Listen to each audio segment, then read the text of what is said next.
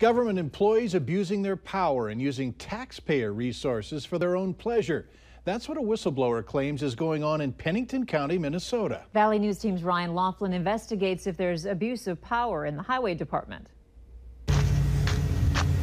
People's money being abused for personal use. That is the Pennington County water tanker. And these are pictures of that county truck at the Pennington County engineer's home, filling up his backyard pool. I just happened by to catch the truck going into Mike Floggin's yard, backing up to a swimming pool, filling his swimming pool, and coming out. Jerry Madison is blowing the whistle on what he says has been abuse of powers in the Pennington County Highway Department. Year after year, I've watched it happen. He worked for the Pennington County Highway Department for around 20 years, but was fired. I reported some of these issues, and I got run out. So Valley News Live investigated. Have you ever used county taxpayer resources for your own personal use inappropriately? No. Floggin says he's never abused his position of power. No, I've never done anything improperly. You know what? I've used those services before, but I paid for them just like the rest of the public. Spraying weeds, clearing snow, and scraping and spraying roads are all services taxpayers pay county employees to do. But what about filling a private pool? Yeah, I paid for the truck and I paid for the water. He did. We pulled the invoice and the check. $170. He wrote a check and dated it on the 11th. The work says it was done on the 10th. He admits using the equipment for something like this is a perk of working for the county. You know, we've never done it to the public. We do it for our own employees. You know, it's something that we don't want the whole entire public, you know, being involved with, because it just gets to be too big of a service. But with our employees, if they'd ask if they could have that type of service, yeah, we'd do it.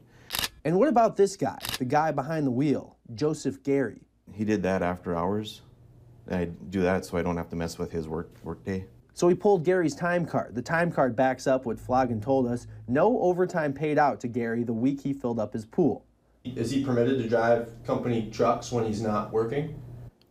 Yeah, right. I mean, it's things that, yeah, I guess, county equipment, we've allowed our own employees to use county equipment as long as they ask, you know, the administrator to use it, you know, so we've allowed that. It depends on if it's nominal use, we'll allow it. Well, what does nominal use mean? Really, to the administrator, if it gets to be a certain point where, you know, this is getting to be too much, no. But if it's just a simple use, yeah, we've allowed that to happen. Now, there are a couple discrepancies in the two different versions of the story we're hearing. Mike Floggin, the county engineer, he says that this is the first year he's ever used a county truck to fill up his personal pool. But our whistleblower and multiple people inside the department who wish to remain anonymous say that he's been doing this for years. Then there's the facts around the pictures. Floggin says that he's sure the water truck was only out at his property July 10th. He received an invoice July 11th and paid for the water. However, the pictures are time-stamped July 11th. Oh, and the water tanker has a GPS in it. County officials say it took the same route near Floggin's home on the 10th and the 11th after the county shop closed at 4:30 p.m. This means the invoice that says the work was done on just the 10th isn't accurate. Floggin says he submitted a check on the morning of the 11th when the work was done, but the work wasn't done until after office hours on the 11th. So there's no way he could have submitted the check on the 11th because the county office was closed before the work was done. Watch the video. It's been going on for years, and there's a lot more of it. Yeah, I'd imagine he's trying to create some issues for the highway department. Floggin maintains they're not doing anything wrong. As long as they pay for it, as long as it's paid for, you know, I've allowed it.